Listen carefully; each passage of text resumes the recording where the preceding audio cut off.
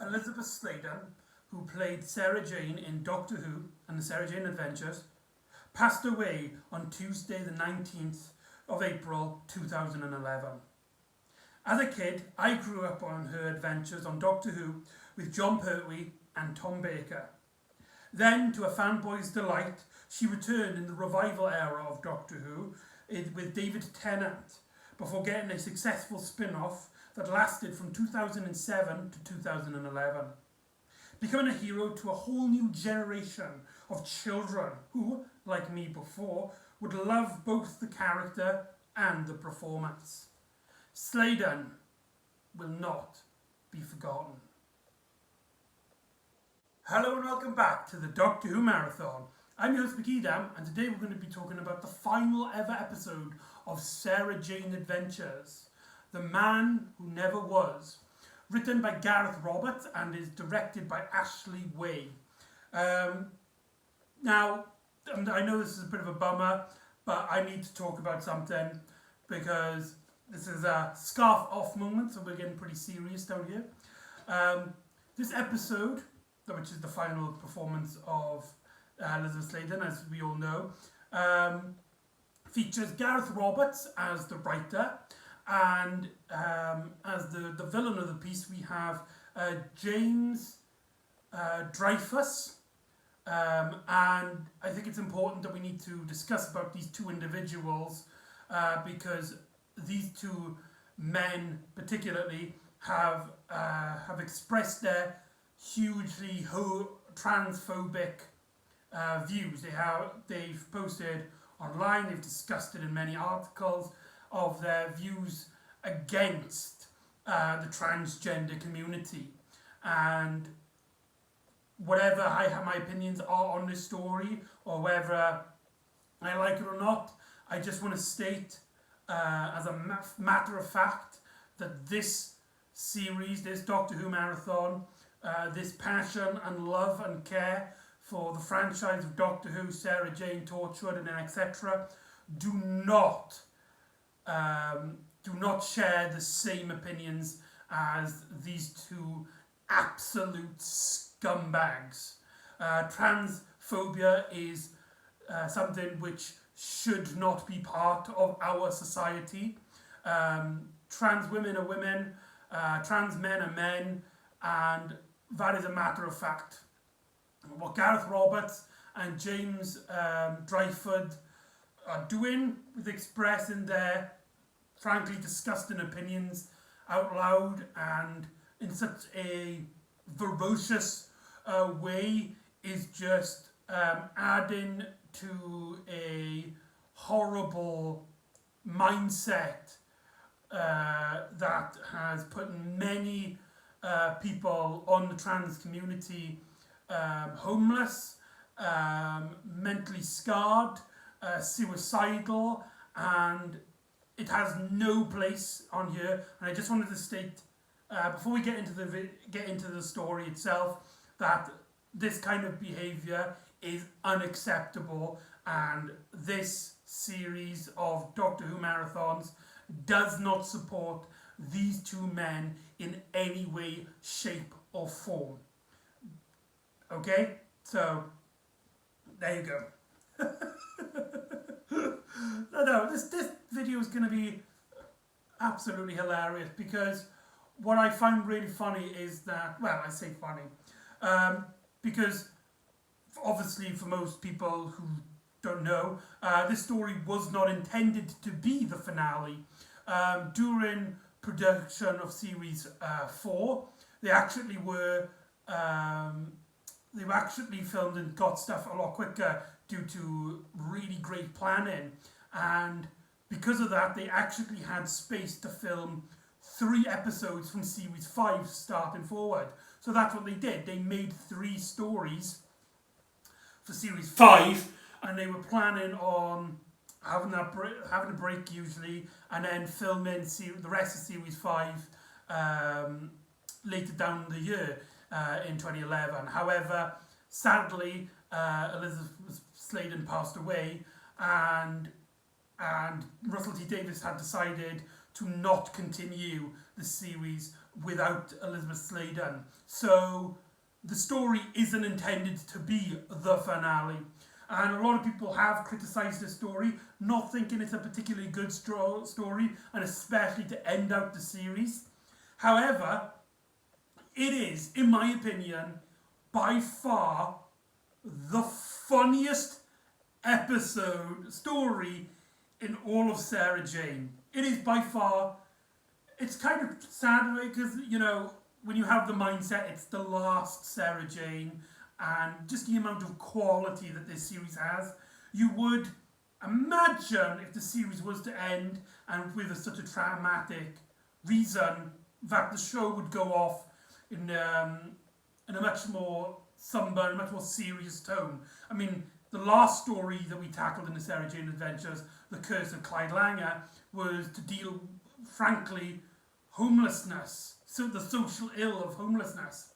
But this episode just has a whale of time. It's an absolute blast, as I have to keep stating. It wasn't made as the finale, but this story, my God, when you kind of like relax a bit and you're like, right, this is just another episode of Sarah Jane, this is, in my opinion, by far the most funniest episode I have ever seen. It's probably even the funniest story connected to Doctor Who, in my opinion.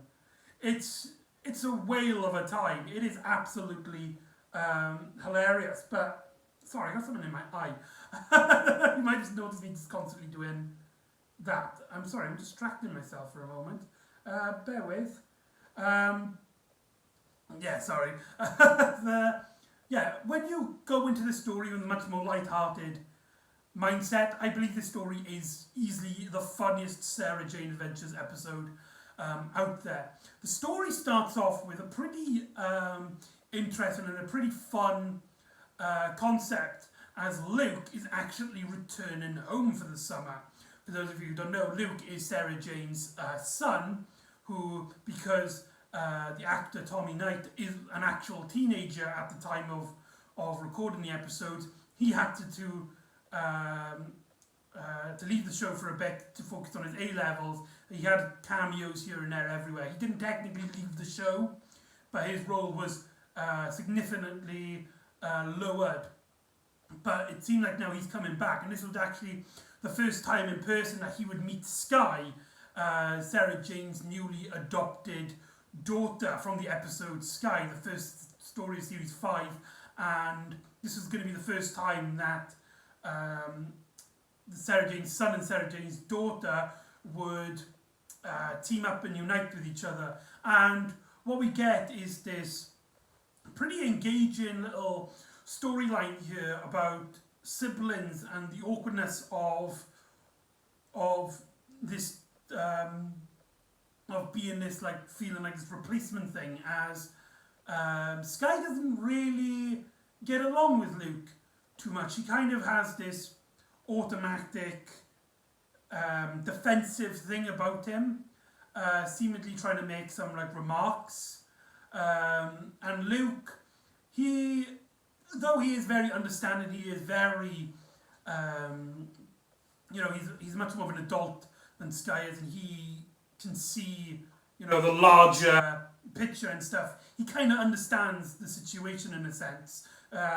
This is highlighted in the scene in which he goes into his old room and finds everything different, and he's a bit confused until he realises, right, it's not my room anymore. And Sky comes in and is just like, well, it's not your room anymore.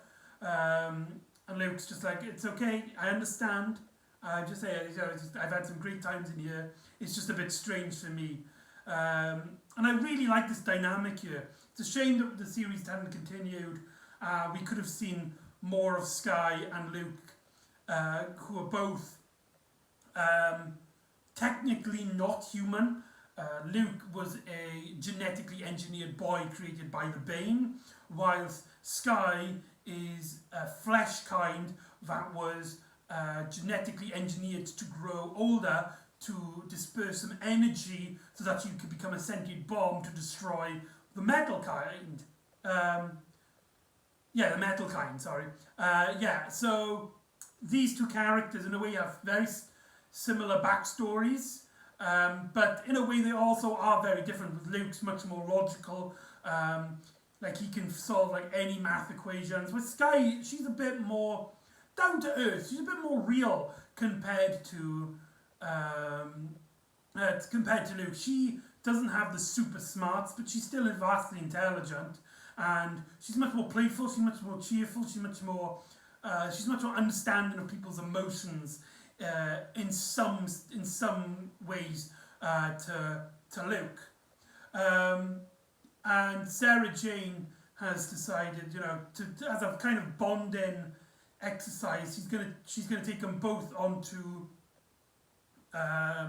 with her to work, because Sarah Jane is a journalist, so we get to see Sarah Jane actually trying to work for once, because it's strange because we rarely see Sarah Jane investigating as a journalist to do her actual job. Apart from these last two episodes, which is really strange, Sarah Jane is investigating a new company. I can't remember what it's called, but the guy who owns it is named Surf something.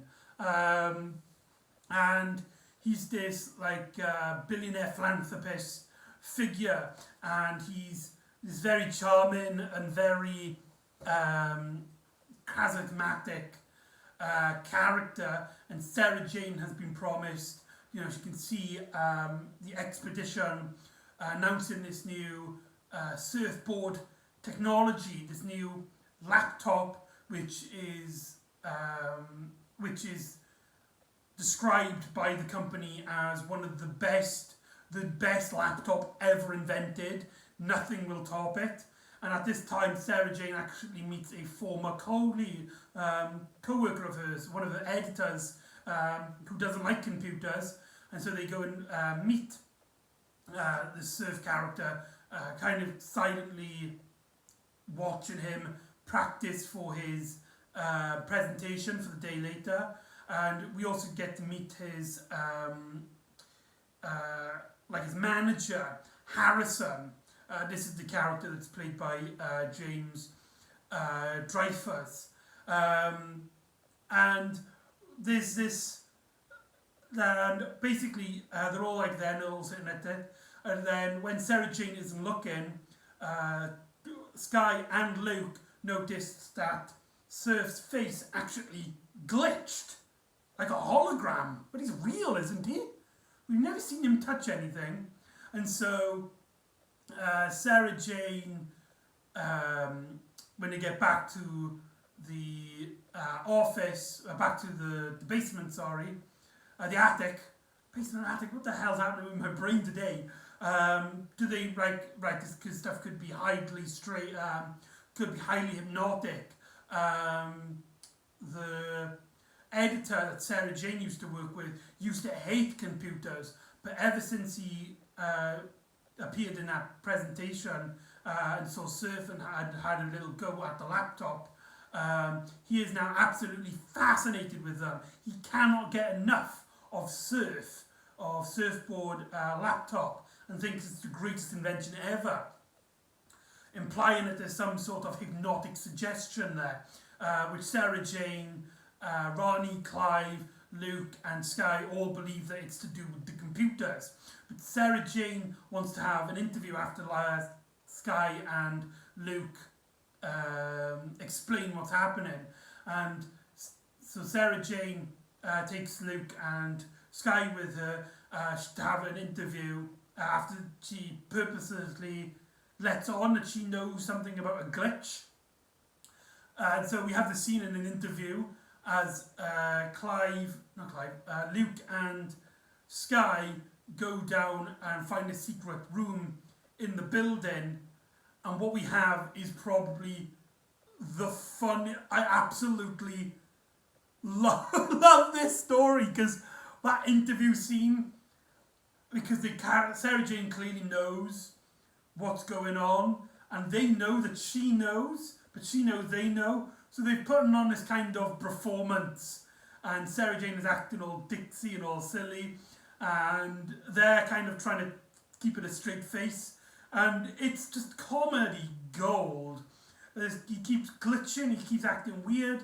Sarah Jane constantly tries to like shake his hand, get him to pick up stuff, but Harrison kind of sees what she's trying to do and constantly tries to butt in, tries to not break the illusion, and Sky and Luke go down to the basement and discover that there is. So this is a spoiler. I'm going to say spoiler warning if you haven't seen the story. But it turns out there's these group of aliens called the Scullions, sorry, and they're like these Ewoks, not Ewoks. It's those. What's those ones in Star Wars from A New Hope? The ones that go, what they called?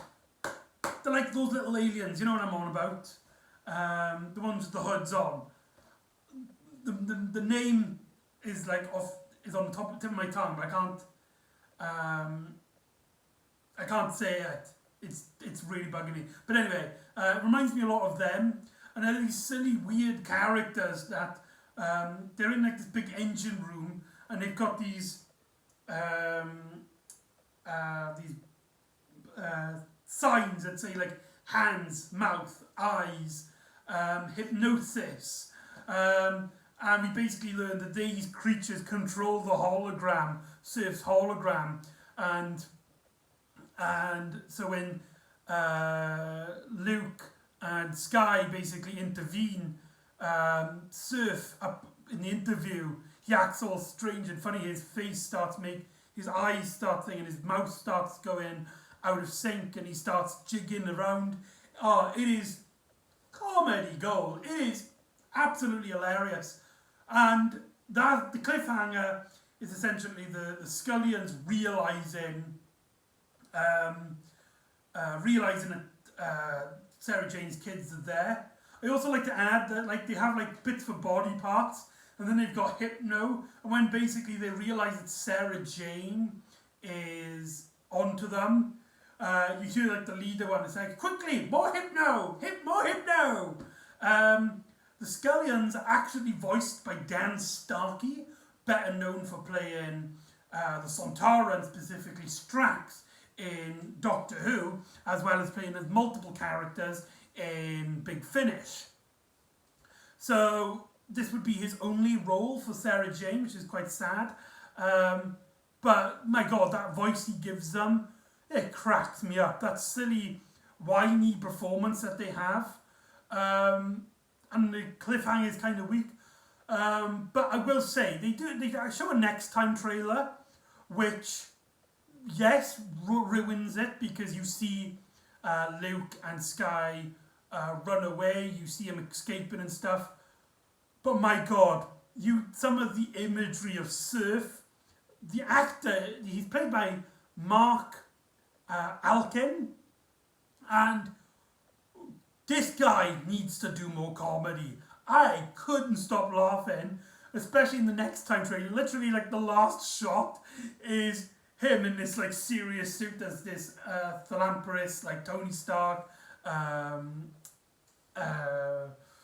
Nikola Tesla, not Nikola Tesla, what am I on about? Elon Musk kind of person, and he does this. It's just, I was like, what the hell did I just see? That's gotta be the strangest, oddest, unique Next Time trailer I have ever seen for Doctor Who, with the franchise of Doctor Who. It's absolutely balls to the walls, hilarious.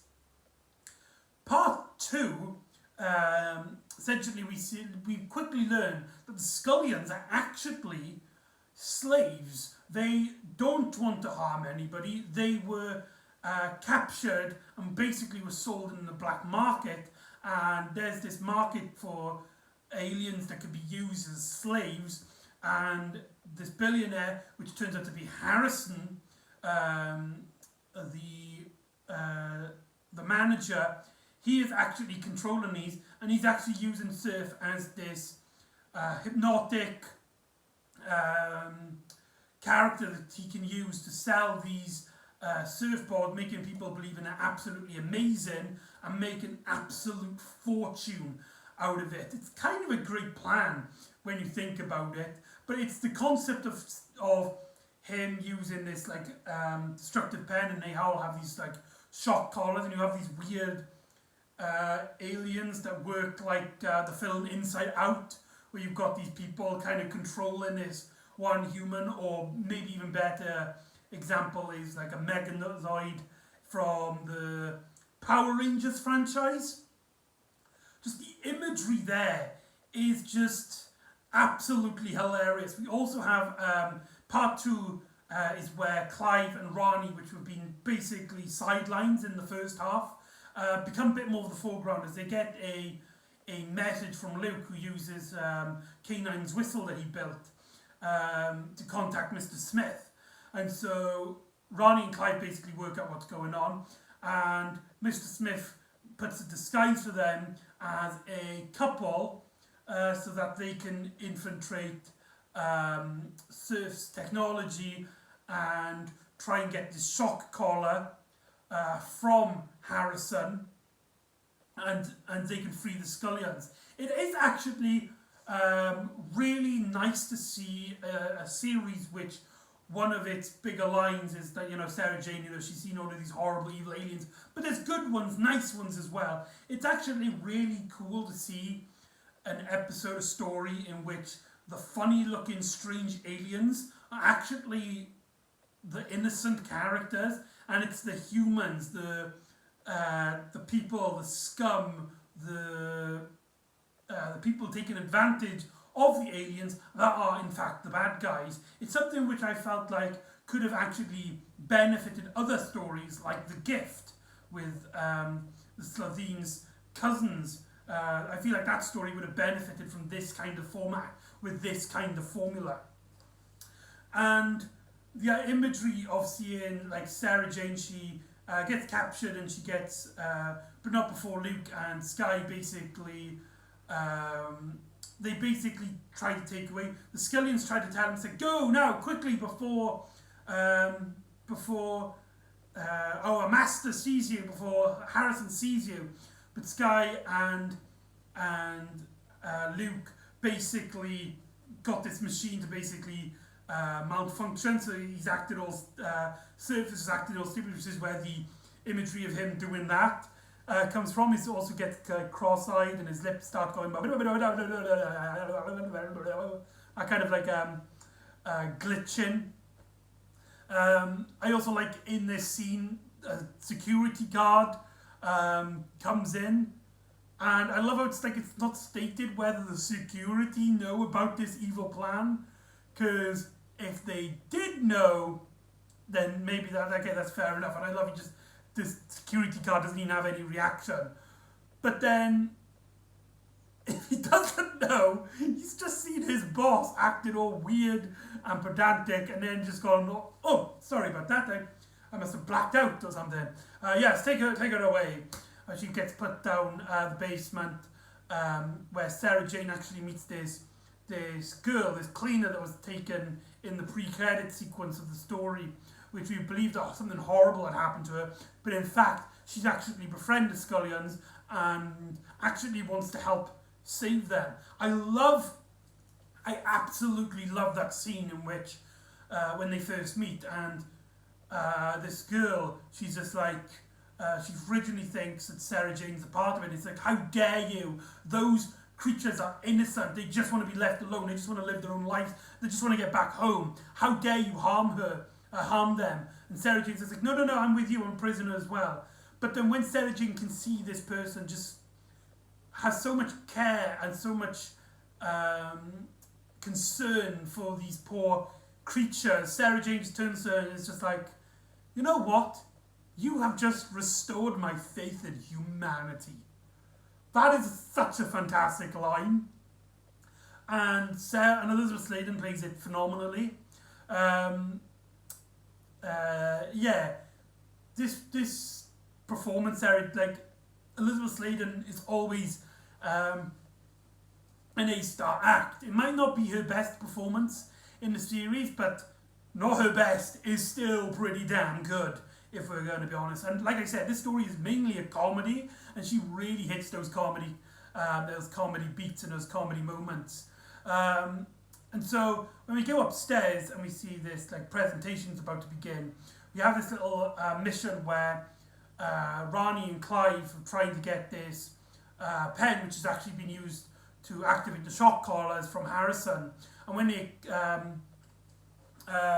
when they take it off him, Sarah Jane and the girl she befriends actually helps the Skellions to get up onto the roof and also contact their spaceship so they can be free.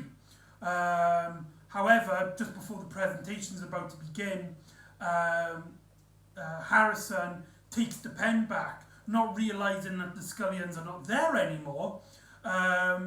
This puts our main characters in an awkward situation. If Surf doesn't appear, Harrison would know what's going on, or at least think that they failed. He would then activate the shock collar to what he calls level 10, the hardest pain, really painful shocks. So Luke and Sky, who are still in the basement, basically decide, right, we've got to act like they're still here and that Surf needs to be activated. So we are going to take control of this, and we are going to basically activate Surf in the hopes that Harrison will not click, will not realise. What happens then is easily the funniest performance I've ever seen, where Surf, Mark Ankin, comes onto the stage and he acts all robotic, and he has this cheerful, this overly enthusiastic, but also strange way of speaking. Oh, I also forgotten to mention in the interview scene, there's this really hilarious moment where the Scullions accidentally give him too much smile. You see, like he's trying to be threatening to Sarah Jane, but he keeps doing this. And the Scullions are arguing with each other. It's like, no, we want normal smile, not sexy smile. But I can imagine kids absolutely falling in love with this. Yeah, and so Harrison realises what's going on and is calling up and is activating the shock collar, which shocks all the Scullions. But Luke and Sky actually come up with a plan. They use Surf to hypnotise the audience to grab the pen off Harrison and destroy it, and also to tell everybody not to buy the Surf laptops. They are the boringest, worst, dull laptops that you will ever see. Do not tell everybody not to buy them. Don't trust Surf Technologies, and let the entire technology fail. Let it all burn to the ground. And you see the audience members all turn in on Harrison, and they grab this pen device and smash it, freeing the Scullions and setting them free.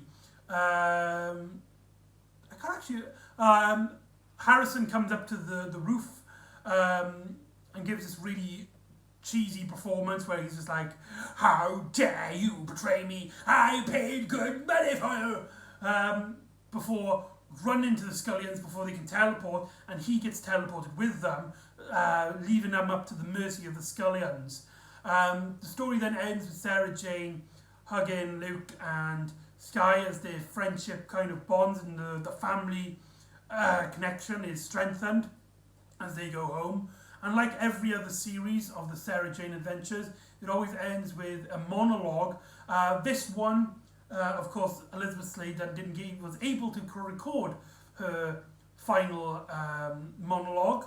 So instead, this one actually reuses the monologue from the first series, from the episode The Lost Boy, in which Sarah Jane is talking about how life goes on, There are terrible things out there, but there's also amazing things. We fight aliens, but we also see aliens, and it's astonishing, and it's one of the best speeches that Elizabeth Sladen has done, and one of the best written ones.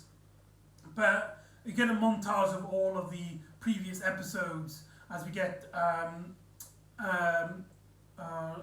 the screen. I believe it says something like, and the story goes on forever, and that's really sad and it's a shame, and that is the conclusion of the Sarah Jane adventures. Overall, if you're going into this story as the conclusion to the series and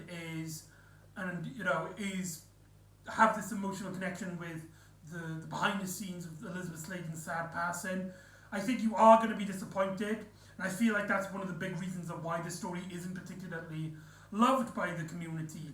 However, that I think is really unfair onto the story. If you watch it as taking place as just midway through the 5th series, which wasn't even planned to be the last, then I would not only would I say this is a great story, but it's easily the funniest story in the Doctor Who canon. It's amusing. Some of the performances. I want to see more of Mark Elkin's performance after this. I just want to see more of him. He just seems a really funny and a unique actor. But it is a sad Sarah Jane ended, and such on a tragic note as well, and Elizabeth Sladen will be missed. I highly recommend you watch it, maybe for the novelty of it being the last, but also as well because it is funny. If you're looking for a great time, there's something to laugh at, this is actually a really good one to watch in my opinion. So that's The Man Who Never Was, the final episode of Sarah Jane Adventures. But we still have actually one more story, technically from the Sarah Jane Adventures. For you see, in 2011 was when Elizabeth Sladen passed away. So in April of 2021, we had a little special to celebrate the life of Elizabeth Sladen, as Russell T Davies wrote a new story as all of our characters say goodbye to our idol. So join me next time for Farewell, Sarah Jane, and I'll see you next time on the Doctor Who Marathon. Ta-da.